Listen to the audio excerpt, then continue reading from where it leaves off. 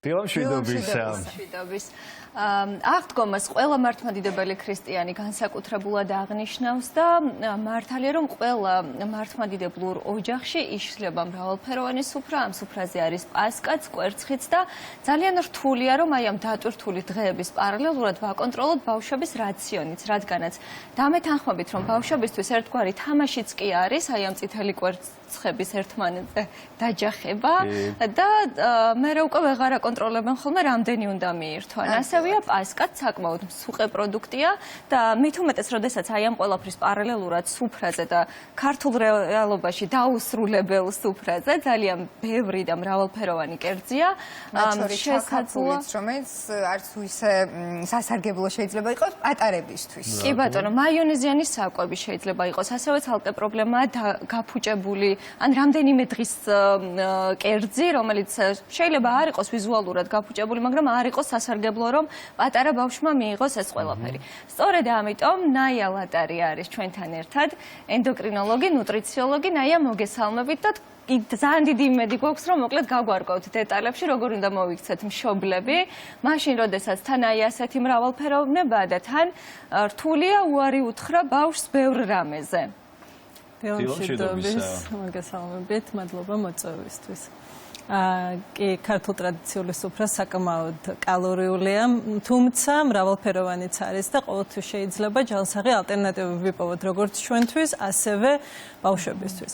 პირველ რიგში მინდა აღვნიშნო, რომ მიუხედავად იმისა, რომ აღდგომა არის და ბევრი კალორიული კერძი არის, რეჟიმის დაცვა აუცილებელი არის და ბავშვებიც უნდა მივაჩვიოთ იმას, რომ თუნდაც ამ დღეებში სამჯერადი კვება მაინც უნდა იყოს რაციონში და კვებათა შორის შუალედიც დაახლოებით მაინც უნდა დავიცვათ შესაძლებლობის ფარგლებში. რა თქმა უნდა, ჩვენ არ ვისწრაფით იდეალურობისგან, უბრალოდ მთავარია, რომ დღესასწაულები შევირგოთ და ვისიამოვნოთ ჩვენც და ბავშვებმა. ასევე ზომიერებას აქვს ძალიან დიდი მნიშვნელობა. და ამ ზომიერებისთვის სწორედ საჭიროა, რომ კვებები არ გამოვტოვოთ, რადგან როცა გამოვტოვებთ კვებას, ან ბავშვებს მივუშვებთ თავის ნებაზე, რომ ჭამონ როგორც უნდა, მერე რაოდენობრივად ისინი უკვე ბევრ საკვებს იღებენ. აუცილებელია მიირთმევენ, ხო, ბავშვები, კვერცხი ახსენა, თეომ. მოდი დავიწყოთ ესე კონკრეტულად კვერცხი. კიდევ ვიცით რა არის საინტერესო? გარდა იმისა, რომ თქვათ, ბევრი კვერცხის მიღება შეიძლება იყოს პრობლემა, ხო? ასაკობრივად არის დაყოფილი, აი თქვათ 1 და 2 წლამდე ბავშვმა სხვა რაოდენობა შეიძლება მიიღოს, 2 წლიდან ზემოთ სხვა, ხო? ასაკების მიხედვით რომ დავასახელოთ, თქვათ, რა არ არის მავნე უკვე მათთვის. ხო, ასაკიდან, წლამდე ბავშვებს თავისი ნორმები აქვთ, ახლა ეგ ძალიან ისეთი არის სპეციფიური. შემდგომ უკვე მეოთხედი კვერცხი, ნახევარი, დაახლოებით 4 წლის ზემოთ ნახევარი კვერცხი არის, 10 წლის ზემოთ უკვე მთლიანი კვერცხი შეუძლია მიიღოს და უკვე 12 წლიდან. 4 წლის ზემოთ მხოლოდ ნახევარი კვერცხის მიღება შეიძლება დღის განმავლობაში გულისხმობთ თუ ერთ კვებაზე? დღის განმავლობაში. აბა მე რატო ვჭამდი 10 კვერცხს? ეს გამალობაში ჩვენ სხვა პროდუქტებსაც ვიღებთ და უკვე სხვა პროდუქტებთან ერთად აქ იგულისხმება რა თქმა უნდა პასკასთან ერთად და სხვა საღდგომო სუფრის კერძებთან ერთად მიღებული რაოდენობა კვერცხების. კი ბატონო, მე ვახსენე ჩაქაფულიც, რომელიც ხშირად ცხვრის ხორცით მზადდება ხოლმე. რამდენად რეკომენდებულია, რომ პატარებს შევთავაზოთ ჩაქაფული და აი თეომ რაც ახსენა ასაკის მიხედვით, რომ გითხრათ ჩაქაფულზე არ დაგეთანხმები მე პირადად. იცით რა არის? ასე ასაკის მიხედვით ნაკლებად არის დაყოფილი კვების რაციონები. ყველა მშობელმა იცის რაღაცა გარკვეული მისი შვილის კვებითი ჩვევები, ან შეიძლება გარკვეული ალერგიული რეაქცია კონდეს, ან გარკვეულ საკვების მიმართ თვითონ ბავშვს, ან ყუთაწლავის კუთხით კონდეს გაღიზიანება. რაც შეეხება ჩაქაფულს, ცხვრის ხორცი უბრალოდ ცხიმიანი ხორცია და ჩაქაფული ცხიმიანი ხორცით კეთდება, თუმცა მე პირადად ჩაქაფულს ჯანსაღ პროდუქტებს მივაკუთვნებ, რადგან მასში ძალიან ბევრი არის მწვანილი და ბოსტნეული. ეს ძალიან მნიშვნელოვანი არის. ძიმია ბავშვებისთვის, აი ჩემს შვილს მქონდა ასეთი განმოცდილება ვერსია. და ეს კითხვა სწორედ ამიტომ დავსვი, რომ ჩემი შვილისთვის საკმაოდ მძიმე რთული კერძი აღმოჩნდა. დიახ, კი, ანუ ფოსფორცით იყო ის კერძი მომზადებული, თუმცა მაინც.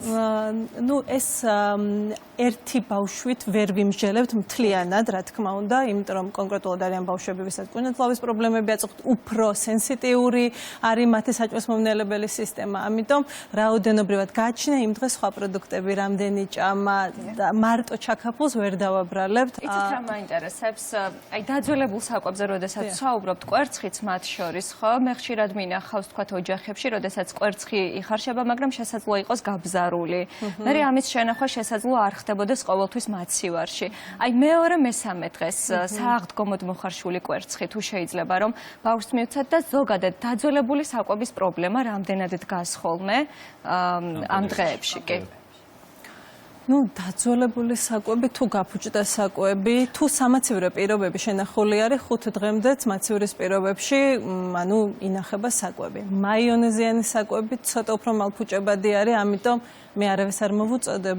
თუნდაც აღდგომო დღეებშიც ვფიქრობ, რომ ჯობია გაწურული მაწვნის ბაზაზე იყოს მომზადებული თუნდაც სალათები და კარგი ქართული კერძები მივირთვათ, თუნდაც მაღალკალორიული, მაგრამ ვიდრე მაიონეზიანი სალათები.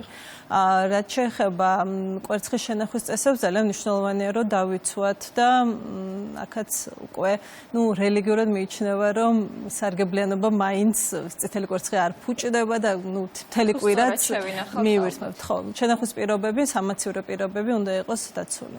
კი ბატონო, ეს არის ასევე პერიოდი, როდესაც ახლად შემოდის პროდუქტი და საკვები. მათ შორის აი შესაძლოა მარწყვი იყოს ეს პროდუქტი, შესაძლოა იყოს ახალი კიტრი, პომიდორი, რასაც ძირითადად მაინც სივრცეში ტყიდულობს მოსახლეობა, ხო? ეს საკვების თუნდაც ფერებიდან გამომდინარე შესაძლოა ბავშვებისთვის იყოს მიმზიდველი. აი აქ რა უნდა გავითვალისწინოთ? ხო, პირველ რიგში ძალიან მნიშვნელოვანია რომ სეზონური საკვები მივცეთ ბავშვებს, იმიტომ სეზონზე და ქართული ენდემური რაც არის ყველაზე სასარგებლოა. თუ ალერგიული არ აქვთ, მათ შორის კვერცხით შეიძლება ალერგიული რეაქცია გქონდეთ და ასევე მარწყუზე და ისეთ ხილზე არანაირი პრობლემა არ არის და თავიდანვე რაც ვახსენე, უბრალოდ ვერ დავასრულე, ის არის რომ დღეში სამჯერად იკვება და თებჟზე თუნდაც აი ეხლა თვითონ ჩაქაფული თვითონ აქვს უკვე ბოსტნეული, მაგრამ აი დასავლეთში მაგალითად გოჭის ხორცი უფრო იციან და აუცილებლად სასურველია რომ ორმაგი ოდენობა ბოსტნეული, ეს შეიძლება გრილზე მომზადებული ბოსტნეული იყოს, თუნდაც შევიტანოთ ახალი ტრადიციაც ქართულ სუფრაზე, ან ცოცხალი სახით იყოს ბოსტნეული, ვახშამზე ჯობია მაინც თერმულად დამუშავებული იყოს, სუფრაზე ალტერნატივის სახით უნდა იყოს, რომ ხორცის, ასე ვთქვათ, ცხიმიანობა ბოსტნეულმაც გაანეიტრალოს და თან ბოჭკაც მივიღოთ. ნაია, პასკა ეს პროდუქტია, ტკბილეული, რომელიც ყველა ოჯახშია აბსოლუტურად სააღდგომოდ შესაბამისად ბავშვებსაც სული უსწრაფვით ხოლმე მისკენ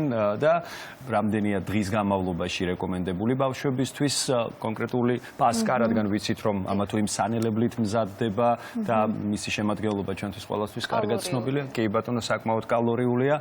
თქვენი რეკომენდაცია რა იქნება მშობლებისთვის? პასკა ნამდვილად კალორიული პროდუქტი არის. პირველი რეკომენდაცია ის იქნება რომ მივაქციოთ ყურადღება ბავშვმა ეგრეთ წოდებული ჩვეულებრივი საკვები ჭამოს-ღის განმავლობაში.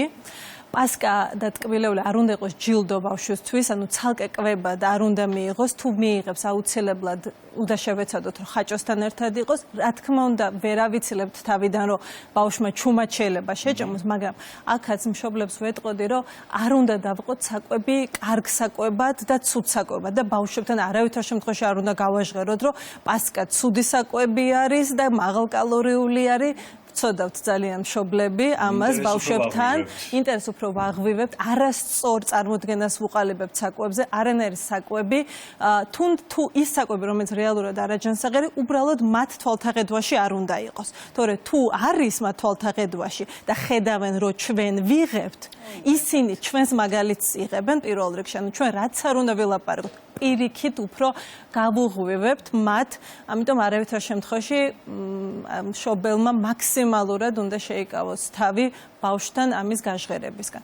ანუ რაოდენობრივად აქაც რთული არის თქმა დაახლოებით რამდენი, ერთი ნაჭერზე მეც მე არ ვურჩევდი მაგალითად და არ მივცემდი ჩემს შვილს. 2 წლამდე ასაკში ამერიკის დიეტოლოგთა ასოციაციით ტკბილი საერთოდ არ არის რეკომენდებული არანაირი რაოდენობით და მერე უკვე მშობელმა ზომიერების ფარგლებში მთავარია არ იყოს ცალკე საკვებად, მხოლოდ სადილზე, საუზმეზე უკვე მიღებული საკვების შემდგომ მცირე დესერტის და დანამატის სახით კი. დიახ. ჩვენ საუბრობდით აი ყურადღებას რამდენად მნიშვნელოვანია მოკლედ ყურადღების მიღმა არ დაგვრჩას ბავშვის სრულფასოვანი რაციონი და ყურადღების მოდუნებამ რომ შეიძლება გამოიწვიოს ბევრი პრობლემა.